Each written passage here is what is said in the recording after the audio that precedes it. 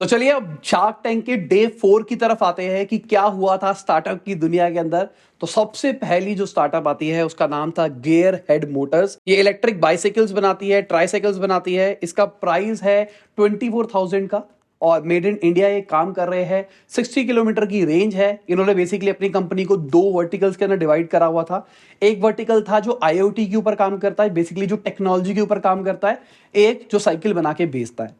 जो आईओटी के ऊपर काम करता है, इनका प्लान था कि हम इसके अराउंड ओईएम्स के साथ काम करेंगे। बेसिकली अगर आपको भी अपने ब्रांड की साइकिल बनवानी है तो इस वाले ब्रांड से आप टेक्नोलॉजी को लेके बनवा सकते थे और अपना खुद का प्रोडक्ट अलग से लॉन्च कर रखा था। मुझे लगता था कि इस तरीके से सही किया हुआ है, पर इनको बहुत ज्यादा क्रिटिसिज्म मिला शार्क्स की तरफ से। शार्क्स ने कहा कि ये एक सही तरीका नहीं है। ये मांगने आए थे 75 लाख रुपीज 37.5 करोड़ की वैल्यूएशन के ऊपर। 2021-22 के अंदर इन्होंने 1500 ईवी भेज दी थी गवर्नमेंट प्रोजेक्ट के ऊपर। बेसिकली ये अपने इलेक्ट्रिक ट्राईसाइकिल गवर्नमेंट प्रोजेक्ट्स को बेच रहे हैं और गवर्नमेंट से इनके पास में बिजनेस अच्छा खासा आ रहा है। इनका रेवेन्यू प्रोजेक्शन था 20 करोड़ का और जब इन्होंने शार्क टैंक की पिच दी है उस महीने से पहले वाले महीने पे इन्होंने 50 लाख का रेवेन्यू करा, जिसके अंदर इनको 8 लाख का प्रॉफिट हुआ। मोटा मोटी 16% के प्रॉफिट मार्जिन के ऊपर ये ऑपरेट कर रहे हैं।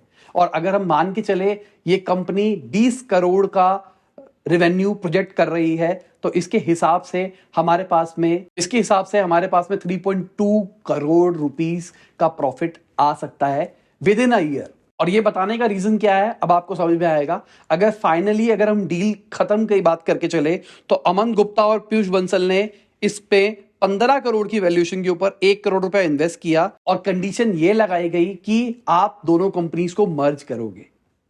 ठीक है, अच्छी चीज है, पर मुझे पर्सनली क्या लगता है एक बहुत बड़ी अपॉर्चुनिटी बन सकती थी ओईएम्स की। आप लोगों के लिए भी टेक्नोलॉजी बना के बेच सकते हो और अपनी साइकिल भी बेच सकते थे। तो बहुत सारे बड़े ब्रांड्स ऐसे ही करते हैं, खुद का भी बनाते हैं और दूसरा भी काम करते हैं। अगर दोनों अलग अलग रहते तो बेटर रहता, पर इनका कहना था हमारे पास में काम आ रहा है पर हमारे पास काम करने के लिए पैसे नहीं है, इसलिए वो ऐसा कर रहे थे। और एक चीज और, अगर आप शार्क टैंक पे आ गए हो तो बहुत सारी सेल आपकी रातों रात हो गई होगी। अब तो आपके पास पैसा आ गया होगा और जिस मार्जिन के ऊपर आप ऑपरेट कर रहे हो तो मेरे हिसाब से अच्छा खासा बिजनेस बन सकता है। सेकंड पिच थी पाटिल काकी की। तो बेसिकली एक काकी थी जो कि अपने खुद के स्नैक्स के बिजनेस कर रही थी और उनके बच्चों ने, बेसिकली उनके बेटे ने उनके बिजनेस के अंदर ज्वाइन किया और उसको ग्रो किया एज अ डिजिटल प्रोडक्ट मान के चले। साथ में वो अपना एक दोस्त भी लेके आया, दोनों ने मिलके काम किया। बच्चे बहुत ही ज्यादा स्मार्ट थे। मैं कहूंगा, आपको रिकमेंड करूंगा, जरूर देखना इसको। मजा आ गया बच्चों की कहानी सुन के कि वो कितना बढ़िया काम कर रहे थे अपनी मम्मी का बिजनेस ज्वाइन करने से पहले ही। अगर हम इनकी एवरेज सेलिंग प्राइस की बात करके चले तो 650 रुपीज का है। प्रोडक्ट बिकता है वो 650 रुपए का है और 25% का इसके अंदर मार्जिन है। अगर हम रेवेन्यू की बात करके चले तो इनका प्रोजेक्टेड रेवेन्यू था 3 करोड़ का और अगर देखा जाए तो अच्छा प्रॉफिटेबल बिजनेस था। उस लेवल का नहीं था और अच्छा प्रॉफिटेबल बिजनेस था और धीरे धीरे ग्रो कर रहा था। इन्होंने शार्क टैंक पे आने से पहले भी पैसा रेस किया था 2 राउंड्स पे और दोनों राउंड्स 10 करोड़ की वैल्यूएशन के ऊपर थे। पहले राउंड के ऊपर इन्होंने 7.5 लाख रुपीस रेस किए, सेकेंड राउंड के ऊपर 29 लाख रुपीस रेस किए और फाइनली जो हमारे शार्क्स थे उन्होंने इसी सेम वैल्यूएशन के ऊपर भी खुद भी इन्वेस्ट कर दिया, 40 लाख रुपया इसके अंदर इन्वेस्ट किया। अब यहां पे मुझे पर्सनली क्या लगा, इनका बिजनेस मॉडल अच्छा था, उस लेवल पे स्केल नहीं हो पाया और इनको अपने एसक्यूज बढ़ाने पड़ेंगे तभी ये उस लेवल पे स्केल कर पाएंगे। क्योंकि अभी ये जिस कैटेगरी के प्रोडक्ट्स में काम कर रहे हैं उसके एक लिमिटेड सेल की अपॉर्चुनिटी है, आप उसमें पूरा मार्केट कैप्चर नहीं कर सकते। और अब ये शार्क टैंक पे आ गए तो बहुत सारे लोग, मुझे ऐसा लगता है कि इनके प्रोडक्ट ऑर्डर करेंगे, यूज करके देखेंगे और इनके पास में अच्छी सेल आएगी। तो अगर कोई देख रहा है वहां से तो नीचे जरूर अपने नंबर शेयर करना कि आपके शार्क टैंक के बाद में क्या नंबर्स में फर्क पड़ा। अब आते हैं तीसरी स्टार्टअप पिच के ऊपर। इसका नाम था ब्रांड्स डैडी। ये ऑटो फायर एक्सटिंग्विशर बॉल बेच रहे थे जिसकी शेल्फ लाइफ है 5 साल की, मेड इन इंडिया है। बेसिकली एक बॉल है, जब भी आग लगे उसके अंदर फेंक दो, एक धमाका होगा और आग थोड़ी देर के लिए रुक जाएगी, आप उसमें से निकल सकते हो। तो ये B2B पूरा काम कर रहे हैं। इनका कहना है जो फायर ब्रिगेड्स वाले हैं उन्होंने भी इनसे प्रोडक्ट्स लिए हैं। मंथली सेल इनकी 12 लाख की थी और अगर फाइनेंशियल ईयर 21-22 की बात करके चले तो 1.45 करोड़ की इन्होंने सेल करी, जिसमें ग्रॉस मार्जिन 60% का, नेट मार्जिन 10% का। B2B के अंदर ये 1000 से 1500 के बीच में अपने एक बॉल को देते हैं और MRP 5000 का होता है। बिजनेस अगर ओवरऑल बात करके चले तो मुझे समझ में नहीं आया, जनरली बताऊं तो, क्योंकि मेरे को वैसे भी ये फायर वाला बिजनेस समझ में नहीं आता, तो मेरी एक्सपर्टीज नहीं है, आई एम आउट। नमिता जी ने इसके अंदर इन्वेस्ट किया 35 लाख रुपीस और 5% इक्विटी ली। लॉजिकली ये 14 करोड़ की वैल्यूएशन के ऊपर आए थे, पर ये पैसा लेके गए हैं 7 करोड़ की वैल्यूएशन के ऊपर। आधी, बेसिकली जितना पैसा मांगा था उसका आधा मिला, पर बचा हुआ पैसा, उतना सेम पैसा 35 lakh rupees as a part of debt मिल गया इनको 12% के ऊपर। तो भाई वही वाला सीन है, अगर आप देख रहे हो डेट की डील बहुत ज्यादा दिखाई दे रही है। और अब देखते हैं अगला हफ्ता शुरू होगा, किस तरीके से होता है, कितनी डेट की डील होती है, कितनी नहीं होती है। तो चलो अब आते हैं डे 5 के ऊपर। और सबसे पहली जो स्टार्टअप पिच डेक थी वो थी विलस्ट्रॉन की। तो विलस्ट्रॉन सैलून लाइक प्रोडक्ट देते हैं, आपके घर पे डिलीवर करते हैं। तो मेरी वाइफ का ऐसा कहना था कि नायका इसको बहुत ज्यादा प्रमोट करता है, उसको पहले से इस प्रोडक्ट्स के बारे में पता था। तो अगर आप फीमेल हो या आपके घर में कोई फीमेल है जो कि नायका से लेते रहते, तो उनसे पूछना कि क्या इस ब्रांड को पहले से जानते थे या फिर नहीं जानते थे। तो बेसिकली ये मेड इन चाइना प्रोडक्ट है, जो कि अपना रीपैक करके इंडिया के अंदर बेच रहे हैं। प्रोडक्ट की क्वालिटी बहुत ज्यादा अच्छी है, ये बेस्ड ऑन डेटा बता रहा हूं, मेरे को नहीं पता कि अच्छी है या फिर नहीं है, मैंने यूज नहीं किया है। तो डेटा के हिसाब से इनका 0.5% का ही रिप्लेसमेंट है खाली। और अगर हम सेल्स की बात करके चले तो प्रोजेक्शन है इनकी 6 करोड़ की। और जुलाई 2022 की बात करके चले तो 42 लाख की सेल करी इन्होंने, जिसमें से 3.44 लाख का प्रॉफिट बनाया। तो आप यहां से एक बेसिक मार्जिन का आइडिया ले सकते हो कि ये कंपनी प्रॉफिटेबल है और एक अच्छे हेल्दी मार्जिन के ऊपर ऑपरेट कर रही है। अब मैं मार्जिन पे घुसूंगा नहीं, क्योंकि इन्होंने मार्जिन की कैलकुलेशन में बहुत ज्यादा बवाल कर दिया था कि ऐसा होगा, वैसा होगा, वैसा होगा, बहुत ज्यादा कंफ्यूजिंग थी। तो मैंने आपको सीधा सा कैलकुलेशन का तरीका बता दिया, अगर आप चाहो तो इस तरीके से इनका मार्जिन निकाल सकते हो। तो ये 25 करोड़ की वैल्यूएशन के ऊपर 1 करोड़ रुपए मांगने के लिए आए थे, इनको 10 करोड़ की वैल्यूएशन के ऊपर 1 करोड़ रुपए मिला, 10% इक्विटी डिल्यूट हो गई। और इसके अंदर अनुपम और विनीता ने इन्वेस्ट किया। अब देखो सिंपल सी बात, मेरे को बिजनेस अच्छा लगा, फाउंडर स्मार्ट लगे, प्रोडक्ट की पैकेजिंग बहुत अच्छी लगी, बाकी कुछ ऐसी नीश, वैसे कुछ यूएसपी नहीं लगी कि जो कि इनको स्टैंड आउट करके दे सकता है। अगर शार्क टैंक के इसी हफ्ते की बात करके चले तो एक कंपनी आई थी जिनकी पैकेजिंग अच्छी नहीं थी, पर उनके पास में बिजनेस यूएसपीज बहुत ज्यादा थी। मतलब उनसे जो वीडियो देखी ना, उससे मेरे को ऐसी फील आई कि उनको बिजनेस की समझ है। यहां पे मैं ये नहीं कह रहा इनको बिजनेस की समझ नहीं है, पर मुझे ऐसा लगा कि इनको कुछ और यूएसपीज बनानी पड़ेगी जो इनको स्टैंड आउट कर सकती है। बाकी लग्जरी प्रोडक्ट है, अलग लेवल की ऑडियंस रहेगी इनकी, तो देखते हैं क्या कर पाते हैं। ऑल द बेस्ट इनके लिए। 5th डे की सेकंड स्टार्टअप थी फ्लैट हेड्स। मैं रिकमेंड करूंगा आप इसकी पिच देखो यार, बहुत ही ज्यादा दिल छूने वाली पिच थी। एट लास्ट मैं आपको सीधा सा बता देता हूं कि इन्होंने कोई फंडिंग नहीं ली और इन्होंने कहा मैं अपनी कंपनी बंद कर रहा हूं। अब ये चीज हुई कैसे, समझने की कोशिश करते हैं। तो बेसिकली ये जूते बेचते हैं जो कि लिनन से बनते हैं, कपड़े टाइप्स मान के चलो, और बहुत ही ज्यादा अच्छी क्वालिटी के होते हैं, ऐसा इनका कहना था। मेड इन इंडिया प्रोडक्ट है, एनवायरमेंटल फ्रेंडली है, बहुत सारे चेक मार्क्स है। अगर आप एक अच्छे प्रोडक्ट की बात करके चलो, एक अच्छे प्रोडक्ट की डेफिनेशन क्या होती है? पहली चीज, उसके अंदर ऐसा कुछ हो जो कि सोशल एंगल हो, कि एनवायरमेंटल फ्रेंडली है, हम नेचर को खराब नहीं करते, यहां पे ये चेक मार्क था। दूसरा, आपका पूरा प्योर मेड इन इंडिया था। अगर हम डिस्ट्रीब्यूशन चैनल की बात करके चलो तो अपनी साइट से भी बेच रहे थे और मार्केट प्लेस से भी बेच रहे थे, ये भी चेक मार्क था।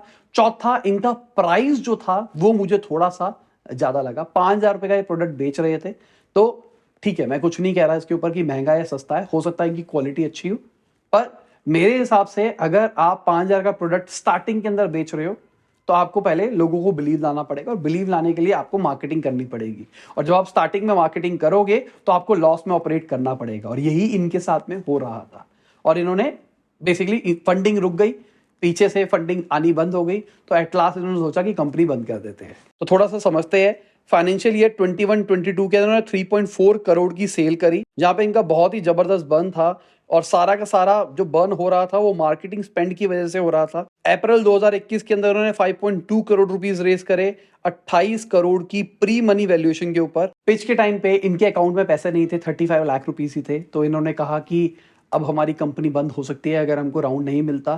तो उन्होंने डाउन राउंड किया। लास्ट राउंड 28 करोड़ का था, इन्होंने 25 करोड़ का राउंड शार्क टैंक पे एक्सपेक्ट किया। 3% इक्विटी मांगी इन्होंने, पर सारे शार्क्स कन्विंस नहीं थे।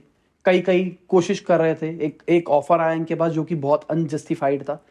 साथ में अनुपम की बात करके चलो तो उन्होंने तो जॉब तक ऑफर करी। अमन ने कहा कि आप अगर नहीं चला पा रहे तो बिजनेस बंद कर दो, और इनको वहीं पे हिट हुई ये वाली चीज़। उन्होंने कहा ठीक है मैं बिजनेस बंद कर रहा हूँ।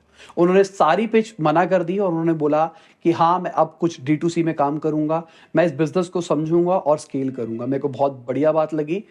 मतलब कितनी बड़ी चीज़ है ना, ये एक बहुत बड़ी लर्निंग है सभी के लिए। हम सबको लगता है यार ये ग्लैम वाली दुनिया है ना, फंडिंग वाली, कि आराम से जाओ पैसा लो ऐश करो। यहाँ पे आप देखो पैसा लेने के बाद भी बंदा लाइव टीवी के ऊपर आके रो रहा था। वो बंदा कह रहा था कि यार मेरे को अपनी कंपनी बचानी है, मेरे को अपने स्टाफ बचाना है, मेरे पास पैसे नहीं है।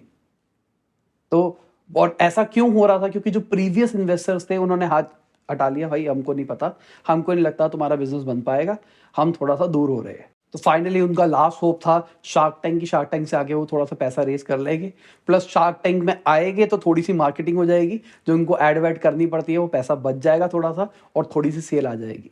तो शार्क टैंक आने के बाद में मैंने भी सपोर्ट करने के लिए इनकी वेबसाइट खोली, पर मैंने देखा मेजॉरिटी ऑफ प्रोडक्ट्स जो मुझे सही लग रहे थे वो आउट ऑफ स्टॉक थे। तो हो सकता है कि इन्होंने तब से अपना बिजनेस बंद कर दिया, और जितनी भी इनके पास में इन्वेंट्री पड़ी थी उसको खाली कर करके धीरे धीरे करके बेचे जा रहे हैं। अगर कोई कंपनी से है तो नीचे कमेंट में जरूर बताना कि क्या स्टेटस है अभी के टाइम पे इनका। पिछले हफ्ते की सबसे आखिरी स्टार्टअप की पिच थी ऑर्गेनिक स्मोक्स की। तो ये सिगरेट बेचते हैं, और ये तंबाकू वाली नहीं बेचते, ये ग्रीन टी वाली बेचते हैं। अंदर ग्रीन टी, हर्ब्स वगैरह वगैरह, आयुर्वेद वाला सिगरेट बना के बेचते हैं। आयुष मिनिस्ट्री से वो अप्रूव्ड है। सबसे बड़ी बात ये है, जिनको नहीं पता आयुष मिनिस्ट्री क्या है, आयुष मिनिस्ट्री ये सारी चीजें, इस टाइप की कैटेगरी की चीजें देखती है। आयुर्वेद वगैरह वगैरह ये सारी चीजें इन्हीं के अंदर आती है। अगर पिछले महीने की, जब ये आए थे उसे पिछले महीने की सेल की बात करके चले तो 40 लाख की इनकी सेल थी। इनका जो एबिटा है वो 10% का था। 45 से ज्यादा इनके पास में डिस्ट्रीब्यूटर थे। अगर मार्केटिंग की बात करके चले तो ये एग्जीबिशंस के थ्रू मार्केटिंग कर रहे हैं। तो इवेंट्स होते हैं, वहां पे ये जाते हैं, अपने प्रोडक्ट के बारे में लोगों को बताते हैं, और B2B टाइप सेल हो जाती है, ये मान के चलो। और इनके अगर प्रोडक्ट की बात करके चले तो 250 रुपए के 10 सिगरेट बेच रहे थे। मुझे नहीं पता रेट सही है या नहीं है, मैं नहीं पीता, पर 250 रुपए की इनका कहना था कि ये एक सस्ती कैटेगरी की चीज है और एक अच्छी चीज है जो कि हेल्थ बेनिफिट देती है। लॉजिकली हेल्थ नहीं देती, नुकसान नहीं पहुंचाती। अगर इनकी प्रोजेक्टेड सेल्स की बात करके चले तो 5 करोड़ की इनकी प्रोजेक्टेड सेल्स थी, और जो ये इक्विटी मांग रहे थे वो 100 करोड़ की वैल्यूएशन के ऊपर 1% देने के लिए तैयार थे। मतलब 1% शेयर वो अपने दे रहे थे, 1 करोड़ रुपया लेना चाहते थे। बेसिकली मेरे को ऐसा लगता है कि ये शार्क टैंक को as a marketing platform use करना चाहते थे, तभी इतनी अनजस्टिफाइड इन्होंने वैल्यूएशन मांगी। मैं कह रहा हूँ 20x का मल्टीपल आपने एक ऐसी इंडस्ट्री के अंदर जो कि थोड़ी सी रिस्की है, पता नहीं है चलेगा नहीं चलेगा, थोड़ा सा अनजस्टिफाइड था मेरे हिसाब से। बाकी बंदे बहुत मस्त थे, एकदम मजा आ रहा था उनकी बातें सुन के, जोक मार रहे थे, ह्यूमर था उनके अंदर, और अच्छा काम करके जाएंगे वो। क्योंकि अगर हम बात करके चले 10% का एबिटा, अगर 5 करोड़ का प्रोजेक्शन है तो 50 लाख रुपए घर पे आ रहा है।